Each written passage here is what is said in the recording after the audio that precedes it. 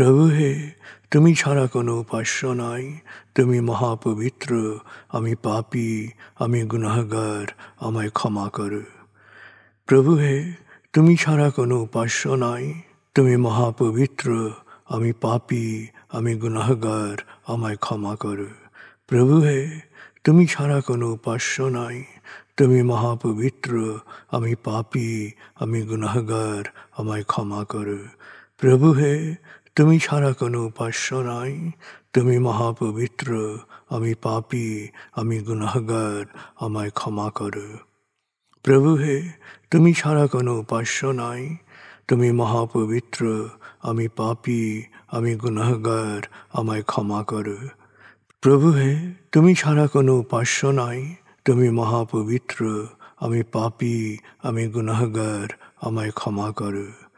প্রভু হে, তুমি ছাড়া কোনো উপাস্য নাই, তুমি মহাপবিত্র, আমি পাপী, আমি গুনাহগার, আমায় ক্ষমা করো।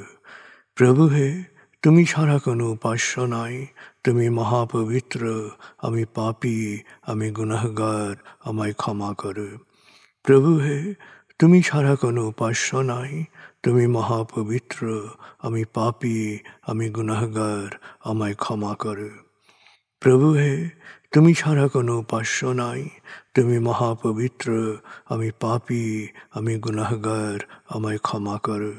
প্রভু হে, তুমি ছাড়া কোনো উপাস্য নাই, তুমি মহাপবিত্র, আমি পাপী, আমি গুনাহগার, আমায় ক্ষমা করো। প্রভু হে, তুমি ছাড়া কোনো উপাস্য নাই, তুমি মহাপবিত্র, আমি পাপী, আমি গুনাহগার, আমায় ক্ষমা করো। প্রভু হে, তুমি ছাড়া কোনো উপাস্য নাই, তুমি মহাপবিত্র, আমি পাপী, আমি গুনাহগার, আমায় ক্ষমা করো। প্রভু হে, তুমি ছাড়া কোনো উপাস্য নাই, তুমি মহাপবিত্র, আমি পাপী, আমি গুনাহগার, আমায় ক্ষমা করো। প্রভু হে, তুমি ছাড়া কোনো উপাস্য নাই, তুমি মহাপবিত্র, আমি পাপী, আমি গুনাহগার, আমায় ক্ষমা করো। প্রভু হে, তুমি ছাড়া কোনো উপাস্য নাই, তুমি মহাপবিত্র, আমি পাপী, আমি গুনাহগার, আমায় ক্ষমা করো। প্রভু হে, তুমি ছাড়া কোনো উপাস্য নাই, তুমি মহাপবিত্র, আমি পাপী, আমি গুনাহগার, আমায় ক্ষমা করো। প্রভু হে, তুমি ছাড়া কোনো উপাস্য নাই, তুমি মহাপবিত্র, আমি পাপী, আমি গুনাহগার, আমায় ক্ষমা করো।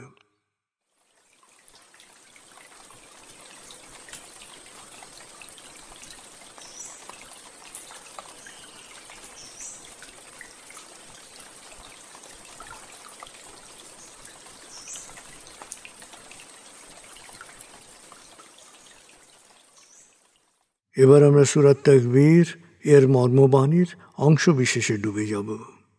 তারপর ডুবে যাব আজকের জন্য নির্ধারিত সূরার তেলাওয়াত ও মর্মবাণীতে। 81 সূরা তাকবীর। দয়াময় মেহেরবান আল্লাহর নামে।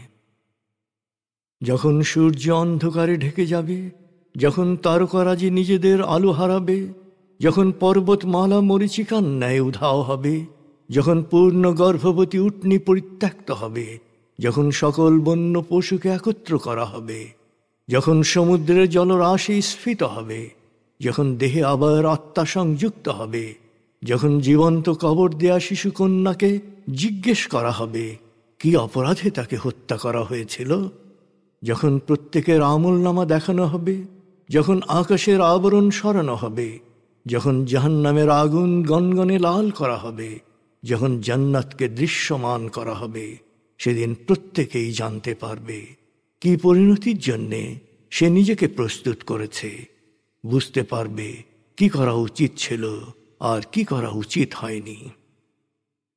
সাক্ষী আবর্তনশীল নক্ষত্র, কক্ষপথে দৃশ্যমান গ্রহসমূহ যা এক সময় অদৃশ্য হয়, সাক্ষী রাতের অবসান মুহূর্ত এবং প্রভাতের আগমন কাল। নিশ্চয়ই এই কোরআন আরশের সার্বভৌম অধিপতির নিকট উচ্চ মর্যাদা সম্পন্ন সম্মানিত রসুলের মুখ নিঃসৃত, যার কথা অবশ্যই বিশ্বাসযোগ্য ও মানা উচিত।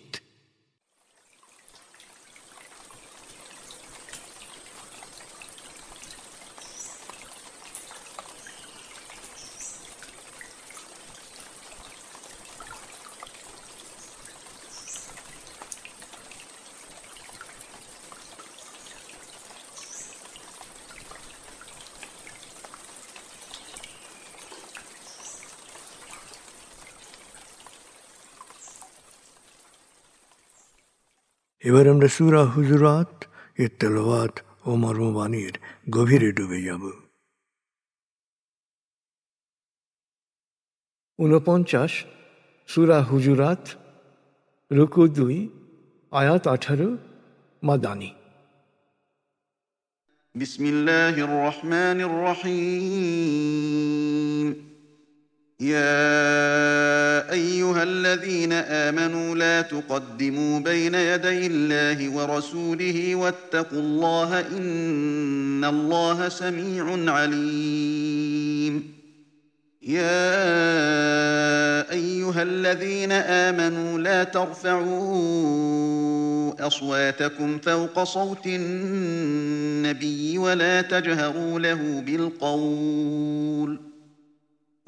تجهروا له بالقول كجهر بعضكم لبعض أن تحبط أعمالكم وأنتم لا تشعرون. إن الذين يغضون أصواتهم عند رسول الله أولئك الذين امتحن الله قلوبهم للتقوى لهم مغفرة وأجر عظيم. إن الذين ينادونك من وراء الحجرات أكثرهم لا يعقلون. ولو أنهم صبروا حتى تخرج إليهم لكان خيرا لهم والله غفور رحيم. يا أيها الذين آمنوا إن جاءكم فاسق بنبأ فتبينوا أن تصيبوا قوما بجهالة فتصبحوا على ما فعلتم نادمين. واعلموا أن فيكم رسول الله لو يطيعكم في كثير من الأمر لعنتم ولكن الله حبب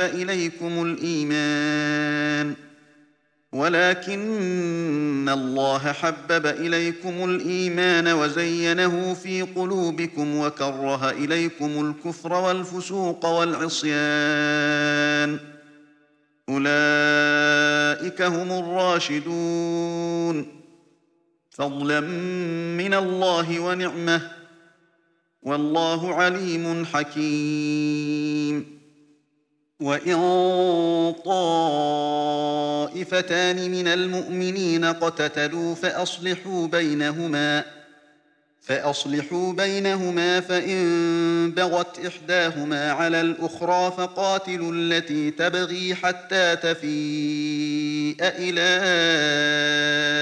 أمر الله فإن فاءت فأصلحوا بينهما بالعدل وأقسطوا إن الله يحب المقسطين.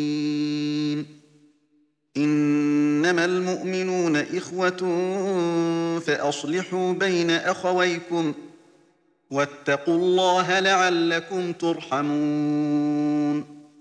يا أيها الذين آمنوا لا يسخر قوم من قوم عسى أن يكونوا خيرا منهم ولا نساء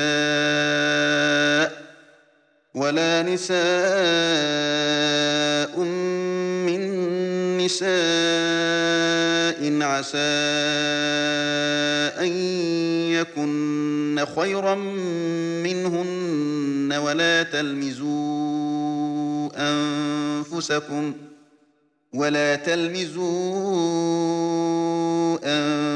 أنفسكم ولا تنابزوا بالألقاب بئس الاسم الفسوق بعد الإيمان ومن لم يتب فأولئك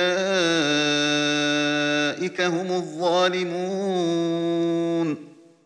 يا أيها الذين آمنوا اجتنبوا كثيرا من الظن إن بعض الظن إثم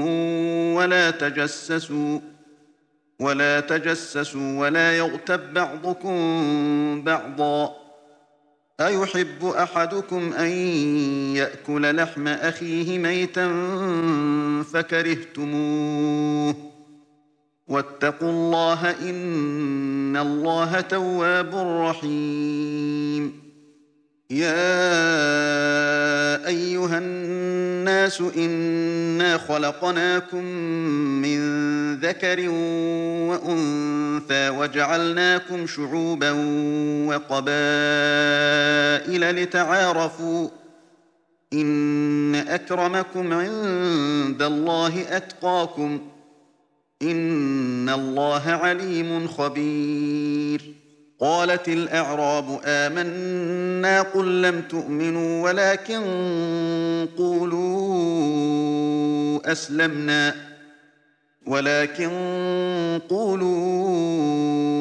أسلمنا ولما يدخل الإيمان في قلوبكم وإن تطيعوا الله ورسوله لا يلتكم من أعمالكم شيئا إن الله غفور رحيم إنما المؤمنون الذين آمنوا بالله ورسوله ثم لم يرتابوا وجاهدوا بأموالهم وأنفسهم في سبيل الله أولئك هم الصادقون قل أتعلمون الله بدينكم والله يعلم ما في السماوات وما في الأرض والله بكل شيء عليم يمنون عليك أن أسلموا قل لا تمنوا علي إسلامكم بل الله يمن عليكم أن هداكم للإيمان إن كنتم صادقين إن الله يعلم غيب السماوات والأرض والله بصير بما تعملون দয়াময় মেহেরবান আল্লাহর নামে। হে বিশ্বাসীগণ, আল্লাহ ও তার রসুলের সামনে কোনো বিষয়ে নিজেদের খেয়ালবশত অগ্রণী হয়ে কথা বলো না। সবসময় আল্লাহ সচেতন থাকো। অবশ্যই আল্লাহ সব শোনেন, সব জানেন। হে বিশ্বাসীগণ, তোমরা নবীর কণ্ঠস্বরের চেয়ে তোমাদের কণ্ঠস্বরকে উঁচু করো না। নিজেদের মধ্যে যেভাবে উচ্চকণ্ঠে কথা বলো, রসুলের সাথে সেভাবে উচ্চকণ্ঠে কথা বলো না। অর্থাৎ তোমাদের ব্যক্তিগত মতামতকে রসুলের মতামতের ওপর প্রাধান্য দিও না, কারণ এতে তোমাদের অজান্তেই তোমাদের সৎকর্ম নিষ্ফল হয়ে যাবে। যারা রসুলের সামনে বিনম্রভাবে কথা বলে, তাদের অন্তর আল্লাহ সচেতনতার পরীক্ষায় উত্তীর্ণ হয়েছে। তাদের জন্য অপেক্ষা করছে ক্ষমা ও মহাপুরস্কার। হে নবী, যারা তোমার ঘরের বাইরে থেকে তোমাকে উচ্চস্বরে ডাকাডাকি করে, এদের অধিকাংশই নির্বোধ। তুমি ঘর থেকে বেরিয়ে আসার আগ পর্যন্ত যদি তারা ধৈর্য ধরে অপেক্ষা করত, তবে তা তাদের জন্যেই ভালো হতো। আল্লাহ ক্ষমাশীল ও পরম দয়ালু। হে বিশ্বাসীগণ, কোনো ফাসেক অর্থাৎ দুরাচারী তোমাদেরকে কোনো খবর বা তথ্য দিলে অবশ্যই তার সত্যাসত্য যাচাই করবে। তা না হলে হুজুগে পড়ে কোনো জনগোষ্ঠীর ক্ষতি সাধন করে ফেলতে পারো। তখন পরে তোমরাই অনুতপ্ত হবে। তোমরা জেনে রাখো, তোমাদের মধ্যে আল্লাহর রসুল রয়েছেন।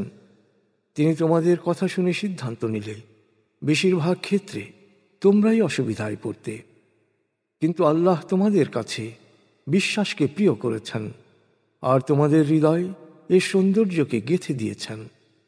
সেই সাথে সত্য অস্বীকার সত্য ত্যাগ ও অবাধ্যতাকে তোমাদের কাছে অপ্রিয় করেছেন। আল্লাহর দয়া ও অনুগ্রহের ফলে তোমরা সৎ পথে রয়েছ। আল্লাহ সর্বজ্ঞ, প্রজ্ঞাময়। তাই বিশ্বাসীদের দুটো দল কখনো পরস্পর দ্বন্দ্ব সংঘাতে লিপ্ত হলে তোমরা বিরোধ মীমাংসা করে দেবে, কিন্তু তাদের এক দল যদি অন্য দলের ওপর বাড়াবাড়ি ও সীমালঙ্ঘন করে, তাহলে সীমালঙ্ঘনকারীদের বিরুদ্ধে তোমরা সংগ্রাম করবে। সীমালঙ্ঘনকারীরা আল্লাহর নির্দেশের পথে ফিরে না আসা পর্যন্ত সংগ্রাম করবে। তারা আল্লাহর পথে ফিরে এলে সুবিচার সহকারে আপোষ মীমাংসা করে দেবে। মনে রেখো, আল্লাহ সুবিচারকারীদের পছন্দ করেন। বিশ্বাসীরা পরস্পরের ভাই, তাই যদি কখনো তারা দ্বন্দ্বে লিপ্ত হয়, তাদের মধ্যে শান্তি স্থাপন করো আর সব সময় আল্লাহ সচেতন থাকো, যাতে তোমরা অনুগ্রহ লাভ করতে পারো। হে বিশ্বাসীগণ, কোনো পুরুষ যেন অপর কোনো পুরুষকে উপহাস বা বিদ্রূপ না করে, কারণ উপহাসকারীর চেয়ে সে ভালো হতে পারে। আর কোনো নারী যেন অপর কোনো নারীকে বিদ্রূপ না করে, কারণ উপহাসকারিনীর চেয়ে সে ভালো হতে পারে। সাবধান, তোমরা একে অপরের বদনাম করো না, মন্দ নামে ডেকো না। মন্দ নামে ডেকে একে অন্যকে অপমান করো না। বিশ্বাসে স্থাপন করার পর মন্দ নামে ডাকা অতি গর্হিত কাজ। এ ধরনের গর্হিত কাজ করার পর যদি তওবা না করে, তবে তারা নিঃসন্দেহে সীমালঙ্ঘনকারী, জালেম। হে বিশ্বাসীগণ, তোমরা সাধারণভাবে অন্যের ব্যাপারে আন্দাজ অনুমান করা থেকে বিরত থাকো। আন্দাজ অনুমান কোনো কোনো ক্ষেত্রে গুনাহের কাজ। অন্যের ব্যক্তিগত ব্যাপারে গোয়েন্দাগিরি করো না। কারো অনুপস্থিতিতে গীবত অর্থাৎ পরনিন্দা করো না। তোমরা কি মৃত ভাইয়ের মাংস খেতে চাও? না, তোমরা তা ঘৃণা করো। আসলে গীবত করা মৃত ভাইয়ের মাংস খাওয়ার সমান। তোমরা সব সময় আল্লাহ সচেতন থাকো। নিশ্চয়ই আল্লাহ তওবা কবুলকারী, পরম দয়ালু। হে মানুষ, তোমাদেরকে আমি এক পুরুষ ও এক নারী থেকে সৃষ্টি করেছি এবং বিভিন্ন সমাজ ও জাতিতে ভাগ করেছি, যেন তোমরা পরস্পরের পরিচয় জানতে পারো। তোমাদের মধ্যে সেই ব্যক্তি আল্লাহর কাছে বেশি মর্যাদা সম্পন্ন, যে বেশি আল্লাহ সচেতন। নিশ্চয়ই আল্লাহ সব জানেন, সব বিষয়ে সচেতন। বেদুইনরা বলে, আমরা বিশ্বাস স্থাপন করেছি। হে নবী, ওদের বলো, তোমরা আসলে এখনো বিশ্বাস স্থাপন করনি, বরং তোমাদের বলা উচিত, আমরা বাহ্যিকভাবে নিজেদের সমর্পণ করেছি, কারণ তোমাদের অন্তরে এখনো সত্যিকার বিশ্বাস দানা বাঁধেনি। তবে যদি তোমরা আল্লাহ ও তার রসুলের আনুগত্য করো, তবে তোমাদের কর্মফল অনুপরিমাণও কমানো হবে না। নিশ্চয়ই আল্লাহ ক্ষমাশীল, পরম দয়ালু। সত্যিকার বিশ্বাসী তারাই যারা আল্লাহ ও তার রসুলের প্রতি বিশ্বাস স্থাপনের পর কোনো ধরনের সন্দেহকে প্রশ্রয় দেয় না এবং জান মাল দিয়ে আল্লাহর পথে সর্বাত্মক সংগ্রাম করে। তারাই সত্যনিষ্ঠ।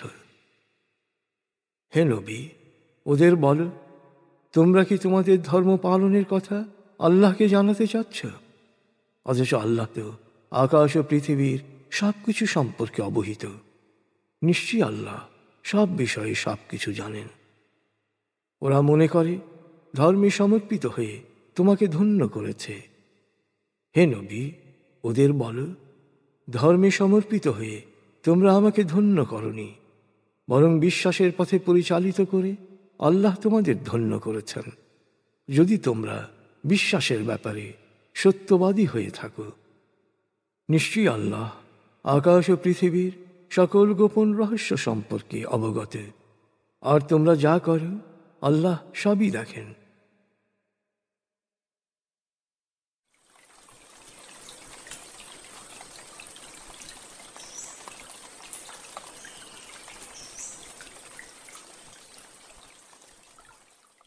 আপনি এতক্ষণ মর্মবাণীর গভীরে ডুবেছিলেন।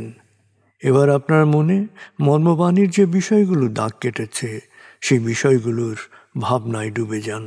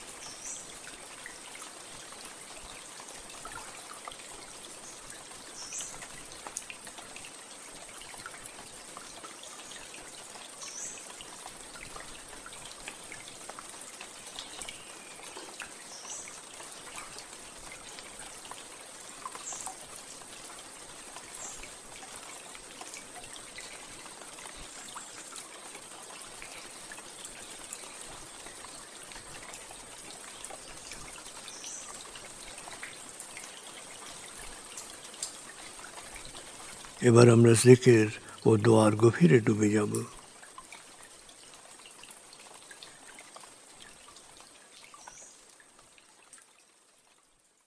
এবার হালকাভাবে চোখ বন্ধ করুন, লম্বা দম নিন, নাক দিয়ে দম নিন, আস্তে আস্তে মুখ দিয়ে দম ছাড়ুন।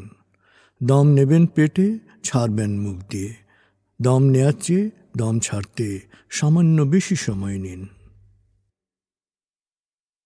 দম নিতে নিতে ভাবুন প্রকৃতি থেকে অফুরন্ত প্রাণশক্তি শরীরে প্রবেশ করছে, আর দম ছাড়তে ছাড়তে ভাবুন শরীরের সকল দূষিত পদার্থ বাতাসের সাথে বেরিয়ে যাচ্ছে। নাক দিয়ে দম নিতে নিতে ভাবুন প্রকৃতি থেকে অফুরন্ত প্রাণশক্তি শরীরে প্রবেশ করছে, আর মুখ দিয়ে দম ছাড়তে ছাড়তে ভাবুন শরীরের সকল দূষিত পদার্থ বাতাসের সাথে বেরিয়ে যাচ্ছে। দম নিতে নিতে ভাবুন প্রকৃতি থেকে অফুরন্ত প্রাণশক্তি শরীরে প্রবেশ করছে। দম ছাড়তে ছাড়তে ভাবুন শরীরের সকল দূষিত পদার্থ বাতাসের সাথে বেরিয়ে যাচ্ছে।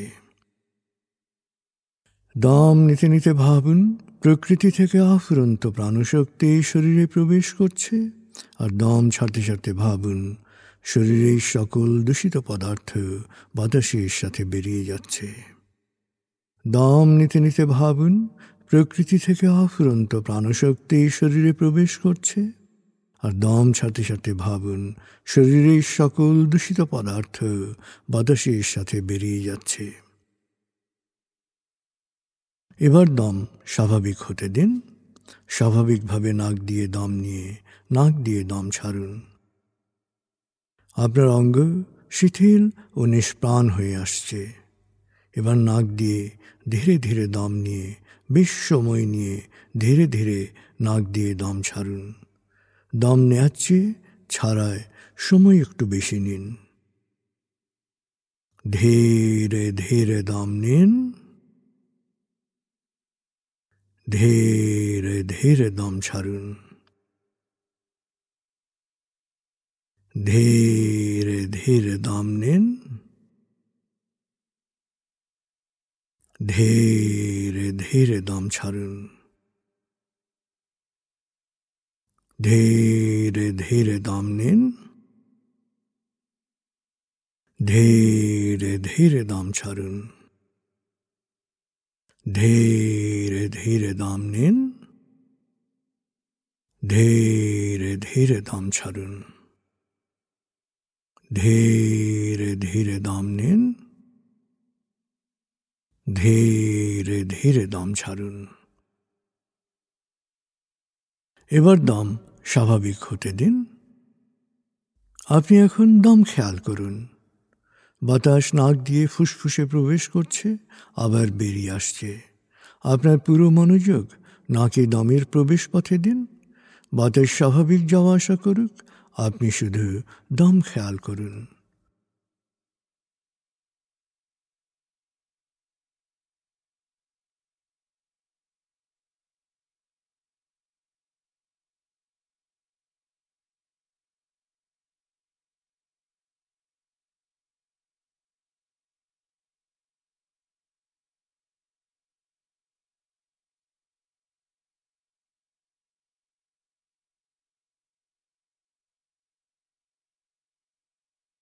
অনুভব করুন আপনার শরীর ভারী লাগতে শুরু করেছে।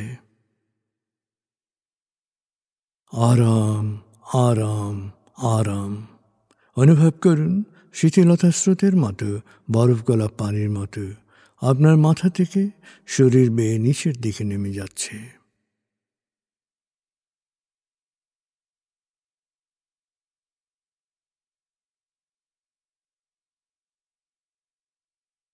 আপনি এখন পুরোপুরি শিথিল। শিথিলায়নের গভীর স্তরে প্রবেশ করেছেন আপনি। আপনার ব্রেন ওয়েভ বিটা স্তর থেকে নেমে গেছে আলফায়। মনের বাড়ির পথে আপনি এখন আলফা স্টেশনে এসে পৌঁছেছেন। এই স্টেশনে আপনার জন্য রয়েছে বিশেষ ওয়েটিং রুম। আলফা স্টেশন থেকে আপনি এখন মনের বাড়িতে যাচ্ছেন। আমি গণনা শুরু করছি। 19,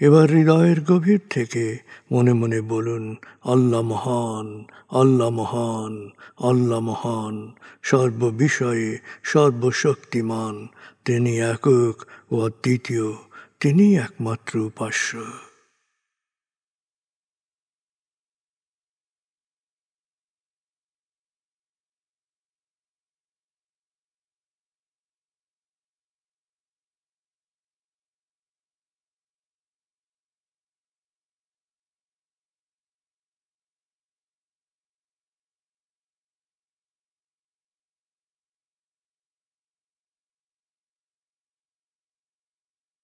হৃদয়ের গভীর থেকে প্রার্থনা করুন, হে আল্লাহ, তুমি আমাদেরকে বিশ্বাসী, সৎকর্মশীল, সংঘবদ্ধ মানুষ হিসেবে কোয়ান্টাম ফাউন্ডেশনে একাত্ম করেছ। হে আল্লাহ, কোয়ান্টাম ফাউন্ডেশনকে এ যুগের আলোকবর্তিকা হিসেবে, সহস্রাব্দের বাতিঘর হিসেবে কবুল করো। কোয়ান্টাম ঘরে ঘরে, মেডিটেশন ঘরে ঘরে এ অনুরণন সার্থক করো।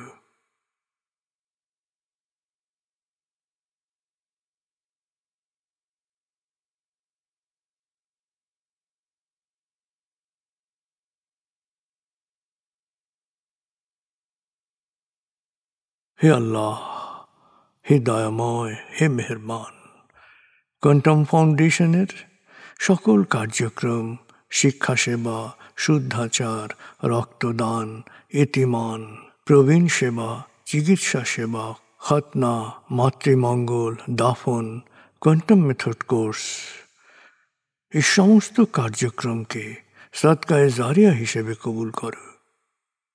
এই কার্যক্রমে যারা সেবা দিয়েছেন তাদের সবার জীবনকে বরকতময়, প্রশান্তিময় করে দাও।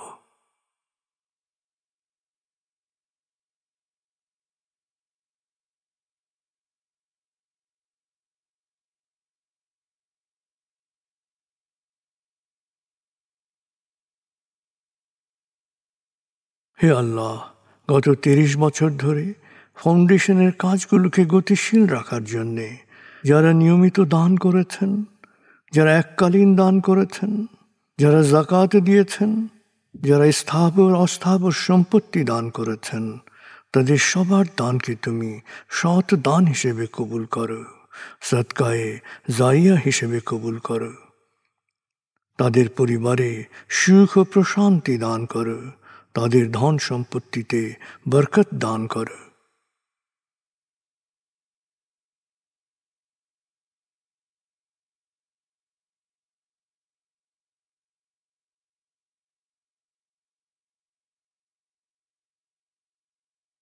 এবার দেশের জন্য দোয়া করুন।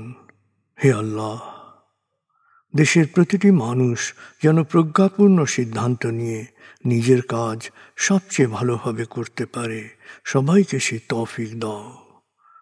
হে আল্লাহ, তুমি আমাদের তোমার বিশেষ অনুগ্রহ ভাজন জাতিতে পরিণত করেছ, অফুরন্ত অনুগ্রহ সম্পদ দিয়েছ, বিশ্বকে বিভিন্ন ক্ষেত্রে নেতৃত্ব দেওয়ার মতো মেধা ও মস্তিষ্ক দিয়েছ।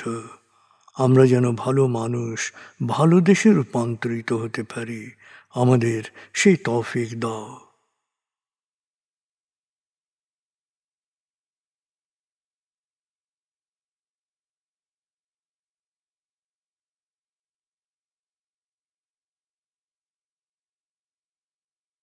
ভালো মানুষ, ভালো দেশ, স্বর্গভূমি বাংলাদেশ। ভালো মানুষ, ভালো দেশ, স্বর্গভূমি বাংলাদেশ। ভালো মানুষ, ভালো দেশ, স্বর্গভূমি বাংলাদেশ। দেশের জন্যে প্রার্থনা করুন। দেশকে যেমন দেখতে চান সেভাবে প্রার্থনা করুন।